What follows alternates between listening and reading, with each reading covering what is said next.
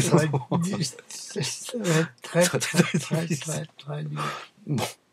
Je comprends l'émotion, c'est la première fois que vous passez à la télévision. Oui, c'est ça. Voilà, donc approchez-vous de moi, n'hésitez pas, ne craignez rien. Présentation. Bien sûr, bien, oui, bien évidemment, comptez sur moi. Aujourd'hui, Monsieur, sachez que vous savez pas faire un professionnel.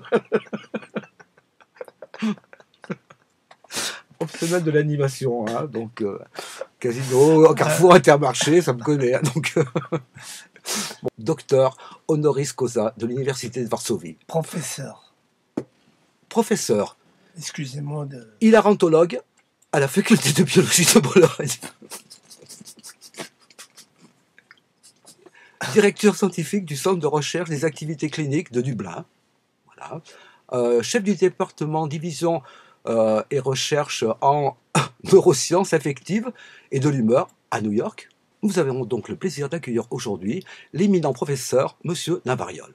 Monsieur Navariol, déjà, donc juste un petit peu. On fait professeur, pardon, Navariol, donc on jette un petit œil donc à votre thérapie, histoire de mémoriser un petit peu, donc voilà, donc les rigocoles, donc un hilarosol pour les neurasthéniques, bien sûr. Donc il y a l'optimisateur, donc en suppositoire effervescent, on l'a pas oublié. Donc le calmodril, donc là c'est en comprimé par bois anal. Et le cascouillodril, donc c'est par injection. Et par injection anale, donc pour les maux du cul, bien sûr. Le Ronfadorm, alors ça, apparemment, c'est des médicaments de biopoids. Le Ronfadorm, c'est pour les insomniaques et c'est en injection buccale. Le Sursodran, plus communément appelé, donc l'effet coup de courtin. Pour faciliter donc le réveil. Veuillez vous rapprocher, s'il vous plaît. Oui. Voilà, très bien. Alors, professeur Navariol, sous la direction donc de votre laboratoire, vous êtes à l'origine donc d'une nouvelle trithérapie. Oui. C'est ça, tout à fait. C'est-à-dire que on est parti d'une souche. Une souche, oui.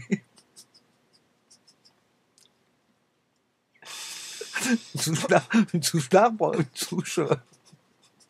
Donc, très intéressant. Très intéressant de travailler sur une molécule, une nouvelle molécule que nous avons trouvée chez un individu, un autochtone.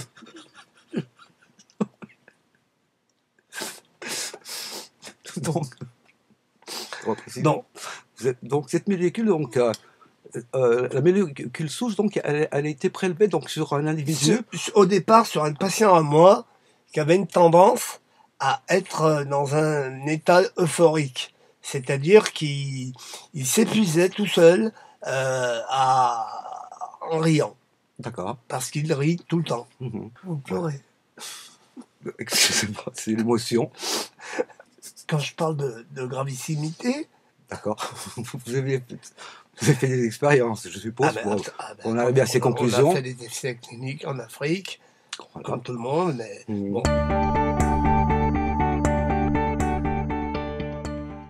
Il nous a fallu une première souche. Et là, j'avais un patient, il s'appelle Monsieur Pepou Manjaracina, batteur d'un orchestre célèbre qui s'appelait Raoul Petit. Ah, d'accord. Voilà. Donc, oui, très un éminent batteur. Mais il était gêné par des états euphoriques, donc des excès d'humeur. Des excès, tout le temps en train de rire, et quelquefois ça le gênait pour faire son métier. Voilà. Donc il est venu me consulter. Qu'est-ce que j'ai fait? Je n'ai rien trouvé.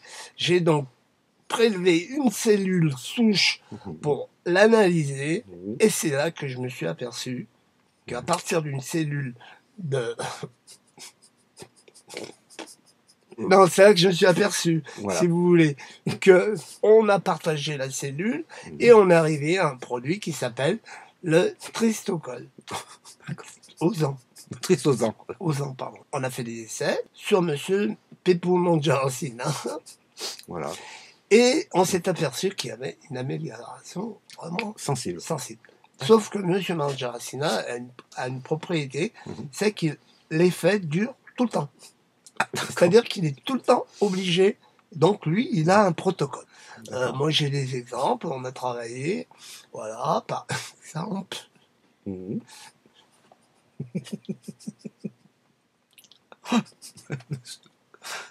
Monsieur Navarre, reprenez-vous, je comprends l'émotion. La variole, tu vois. La variole, pardon.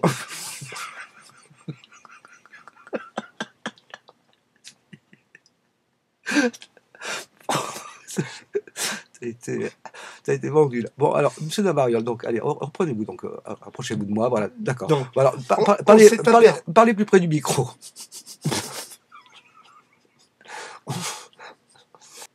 Un petit essai micro. Géronimo, ah, ça marche. Ça marche, oui, j'ai l'impression que c'est efficace. Ouais. Donc, voilà. je vous disais, donc.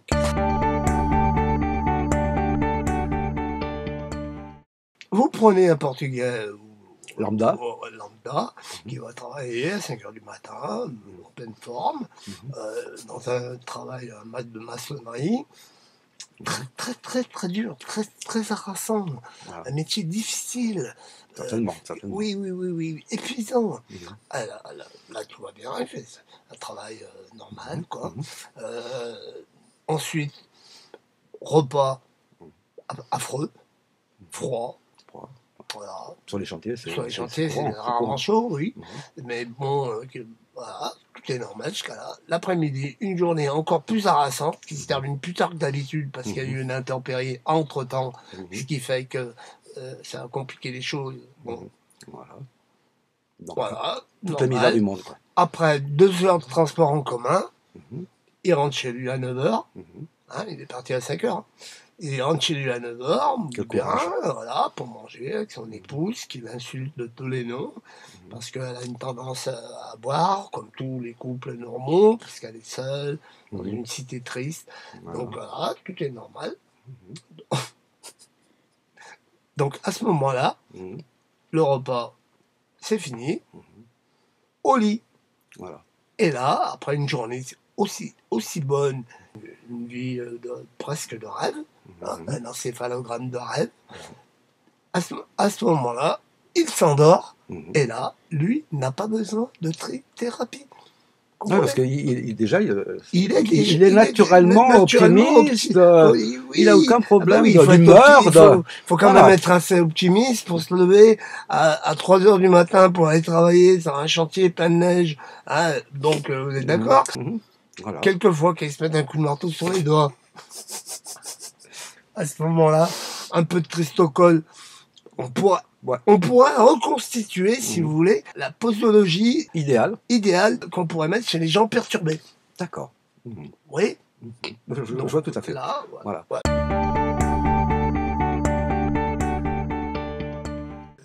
Je vous en prie, allez-y.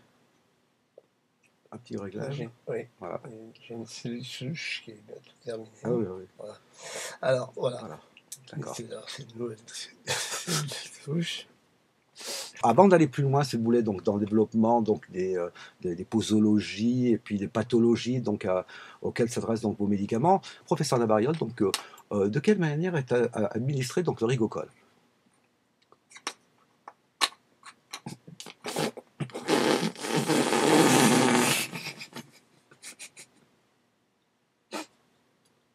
J'ai l'impression que vous abusez un peu parfois du Rigocol. Il arrive quelquefois, c'est vrai. Vous l'administrez donc de quelle manière donc? Le Rigocol, on va y arriver. En hilarosol. Ah voilà, donc il fallait très vite. Très vite, je comprends. Donc d'où l'intérêt de l'hilarosol. Absolument, comme l'asthme, les aérosols. Voilà, c'est pareil, c'est presque la même chose, sauf qu'il y a qu'il y a un petit truc qui tourne, qui vous raconte des blagues, et qui, voilà, c'est un petit gadget quand même en plus. En ce qui concerne donc l'optimisateur, donc là...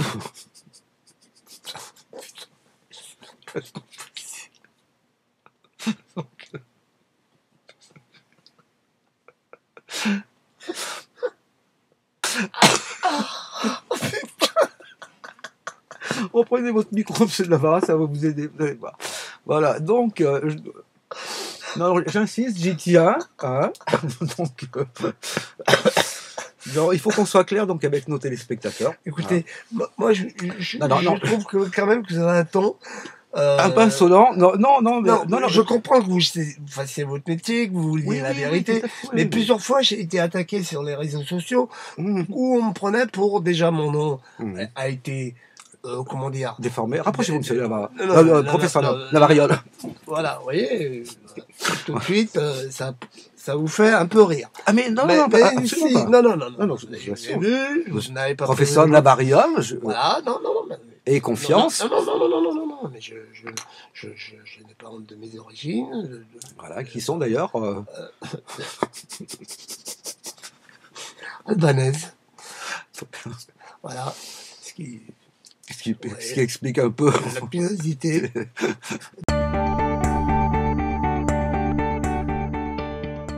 Mais il faut savoir que j'ai été diplômé au CNRS de Toulouse. De Toulouse. Vous avez collaboré d'ailleurs avec monsieur François Père. Voilà, c'est ça, qui lui-même travaillait sur une espèce de mouche. Des drosophiles, oui, voilà. Drosophile. Les mouches ont une tendance à être optimistes. Quand on voit ce qu'elles mangent, il faut être très optimiste. Déjà. Finalement, ces travaux pouvaient se croiser avec les miens. À ce moment-là, c'est là qu'il nous est venu l'idée de l'optimisateur. Voilà, vous avez développé. Donc, alors,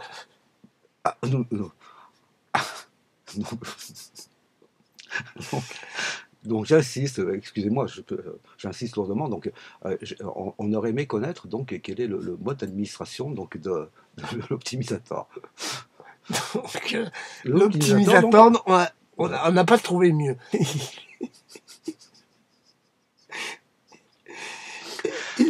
On va y arriver.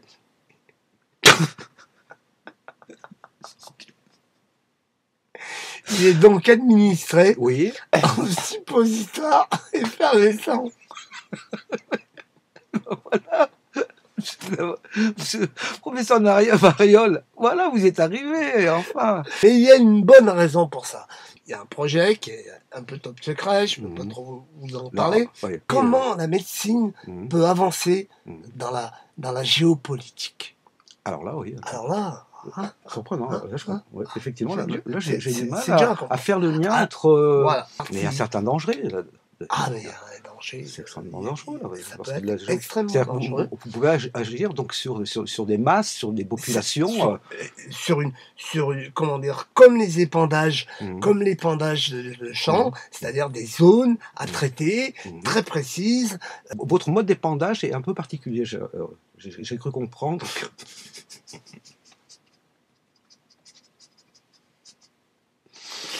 Donc, compte tenu de l'actualité, je comprends que votre retenue, mais j'ai cru comprendre que vous aviez expérimenté ça donc, auprès donc, de membres de Daesh. Alors, vous avez mis au point un système d'épandage. Je vois que vous avez des sources précises. Bon. Avant de vous rencontrer, on s'est documenté, on a fait notre travail donc, de journaliste, évidemment. Comment faire pour éradiquer Daesh? Pour être honnête, c'est l'optimisateur qui pourrait être la solution de ce problème. Alors, comment faire pour le propager de manière efficace? Les premiers tests qui ont été faits, pourquoi l'optimisateur? On s'est rendu compte qu'avec des rats, en leur mettant toute la trithérapie d'un coup, que ça les rendait heureux, surtout très optimistes. Parce que là, nous avons commencé à voir, à observer des comportements cannibalisme. Ah oui, oui, tout à fait. Donc, là, la question est la suivante. Ils sont 6. On en a vu un se faire dévorer la jambe tout en riant, en pleurant, et essayer de se manger son propre bras pour pas le donner à son petit camarade qui est en train de le manger complètement. Et ils se sont tous mangés. Et la question est laquelle? Qui va rester en dernier? Éradiqué, ça veut dire qu'il reste plus personne. Et ben le dernier, s'il a pris sa dose d'optimisateur, il se mange tout seul. Et sans aucune souffrance. Il ne peut avec plus, le sourire. Avec le sourire, Avec le parce sourire. qu'il ne faut pas oublier magnifique, qu'il a c'est pris de magnifique. la tri. Donc là, on est dans La une professeure, là, je vous l'accorde, là, vous avez fait une éradication découverte magnifique. Là. générale. C'était le problème de la Propagation, oui. Comment le Alors, très simple. propager, oui, Très simple. largement. Oui. Très simple. Voilà. Vous allez dans les hôpitaux de Daesh, les hôpitaux de campagne pour les blessés, tout ça. Donc là, la mission est un peu top délicate, top secret, parce qu'il faut envoyer des gens infiltrés. Voilà. Et là, pendant qu'ils dorment, vous leur mettez de l'optimisateur en suppositoire effervescent. En suppositoire effervescent. D'accord. Voilà. Donc voilà, jusque-là... voilà, vous en prenez 10. Voilà, jusque-là, tout va bien. Reprenons les choses voilà. à la source. Je comprends que le sujet soit délicat compte tenu des événements, mais j'aimerais que vous alliez directement au fait, c'est-à-dire que quand vous administrez ça donc avec Kamikaze, hein, voilà, expliquez-nous comment... Là, on infiltre des agents à nous, voilà. Et là, on lui administre donc l'optimisateur par voie anale avec effervescent, avec un suppositoire effervescent, voilà, une ceinture d'explosifs, voilà. Il part en mission sur un marché, par exemple de 1000 personnes. Voilà. Il se fait péter, exploser avec sa ceinture, et là, à lui tout seul, il contamine déjà 1000 personnes. Dans un rayon défini, très précis, de 1 kilomètre carré. Mais on peut étendre encore la surface parce que on peut de contamination. Ce qu'il y a de bien avec l'optimisateur, c'est qu'on peut le vaporiser. Alors déjà, lui, quand il se fait exploser, grâce au rigocol et au calmodride, déjà, il souffre moins. Il souffre moins, déjà, voilà. Et il diffuse, donc finalement, ça répond donc à un banc d'optimisme. C'est un peu ça le principe. On pourrait, le résumer à... Je vois que vos sources sont exactes. Fiables. On pourrait revenir à ce moment-là, non seulement à une éradication de Daesh, mais revenir à une sorte comment dire, paix sociale. D'apaisement, de paix sociale. Voilà. En fait, sans avoir à tirer un coup de canon. Comprenez? Bien sûr. Comprenez? Je comprends tout à fait. Ouais. Voilà. Non, mais donc finalement, c'est plutôt pacifiste comme méthode. Voilà. Par exemple, ça pourrait ça pourrait devenir une arme à destruction massive qui pourrait carrément se retourner contre l'humanité. Voilà. Si on remplaçait donc par un de vos autres produits que vous avez mis au point, donc le casse-couille au drill, par exemple. C'est-à-dire que je pensais. Donc là, effectivement, ça peut être. Là, c'est un carnage. C'est un drame. C'est un drame. Optimisateur, plus casse-couille au drill, par injection anale. Là, c'est dramatique. Dramatique, ouais, je comprends. Là, c'est une arme à destruction massive. Voilà. Parce que se faire casser les couilles toute la journée par quelqu'un, vous-même en étant un super casse-couille, avec l'optimisateur. Je vous en prie, monsieur Navarre, reprenons notre sujet. Ne nous écartons pas dans des règlements personnels. Je n'ai pas touché votre personne, je regrette, monsieur. Mais vous avez pris pour vous. Professeur Navarre. C'est comme ça les journalistes. Vous voulez tout pour vous. Vous écrivez n'importe quoi. Jusqu'à présent, les faits sont avérés. Non, mais les faits sont avérés. Vous avez lu ça quoi dans Pif Gadget? Non, mais attendez, c'est quoi? Vous le prenez pour vous? Non, écoutez. Détendons-nous. Prenez du calmocol, calmodril, pardon. Voilà. Je suis un professeur. Bon, écoutez, là, je vois que... Monsieur Navarian, on va vous prendre votre tension si ça continue. Non, je vais prendre la vôtre. Alors, je vous en prie, mais vérifiez vous-même. Là, vous avez un problème. D'accord, on va voir. Bien, moi, écoutez, je vais vous dire... voilà. Là, vous essayez de me faire passer pour quelqu'un absolument pas, monsieur Navarian. Qui est pas compétent. Absolument pas. Et ben, non, là, j'ai l'impression que... énervement chez vous. Donc, voilà. C'est bon, là, non attendez. Descendez-vous, là, parce que là... Alors, donc, diagnostic Une petite tension, quand même, Ah bon? Ah oui, il y a un petit énervement, là. Un petit pic. Oui, enfin bon, c'est un peu... Enfin bon, oui. Vous êtes narcissique, vous pensez qu'à vous. Non, mais enfin... Poursuivons dans la bonne humeur et la détente. Voilà. Poursuivons donc, si vous voulez bien, donc notre interview. vos recherches intéressent vraiment tout particulièrement donc, nos téléspectateurs, hein, et que ce serait dommage donc, de se quitter sur des mauvais mots comme ça, alors que un petit pot de Rigocos aurait suffi à nous détendre. Dommage que vous n'ayez pas amené des échantillons. Non, mais... Oui, alors justement, oui, en ce qui concerne, parce que là finalement, donc, ça couvre quand même une large palette. Hein, vos traitements couvrent une large palette concernant donc, les humeurs, le bien-être, voilà. Mais alors, dans cette logique-là, donc, finalement, donc, on a, pour les personnes, donc, insomniaques, apparemment, vous avez mis au point donc, un médicament donc, qui...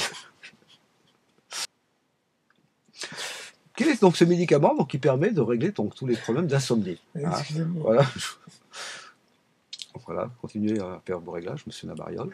Alors, le Rodin.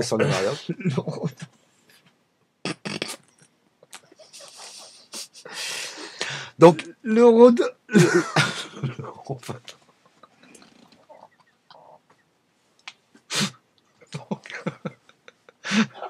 Donc, je vais vous aider, monsieur Nabariol, donc, enfin, professeur Nabariol, pour couvrir toute la palette, on va dire, donc des besoins. Donc, on peut avoir des excès donc d'insomnie, voilà. Ah oui, mais il y a des cas contraires. Il existe aussi des cas contraires. Des personnes qu'on a du mal à réveiller parce que c'est des grands dormeurs. Je ne citerai pas d'exemple, mais voilà. Donc, et là, est-ce que vous avez une solution là? Est-ce que vous avez un... Là, on a pour l'instant une palette. Dans une palette. Les noms sont pas à définir, mais on l'a appelé comme ça, le sursaudron, voilà, qui permet donc de... plus communément appelé l'effet Cousteau-Gordin.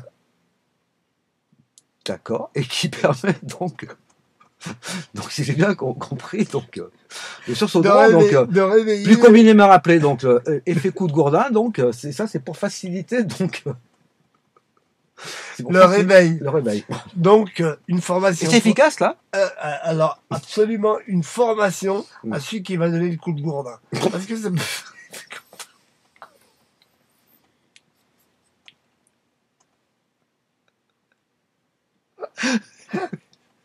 On comprend bien que, en cas d'excès, oui, effectivement, l'effet peut être au contraire.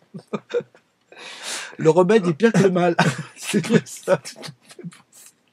Même tout à fait possible que si le coup est administré trop fort, que la personne ne se réveille plus jamais. Toujours, monsieur Nabara, donc parce qu'on se rend compte que l'étendue extraordinaire donc des applications donc sur l'humeur. Sur l'humeur, oui, mais alors l'humeur en général, on se rend compte que c'est quand même quelque chose d'assez large. Mais c'est la base de l'humanité. Tout à fait. Imaginez-vous une humanité avec le protocole que je suis en train de mettre en place, c'est-à-dire un encéphalogramme plat, vous voyez, plat sur l'humeur, c'est-à-dire on résout tous les problèmes de... On rigole qu'il faut rigoler, voilà, tac, tac, tout est parfait, voilà.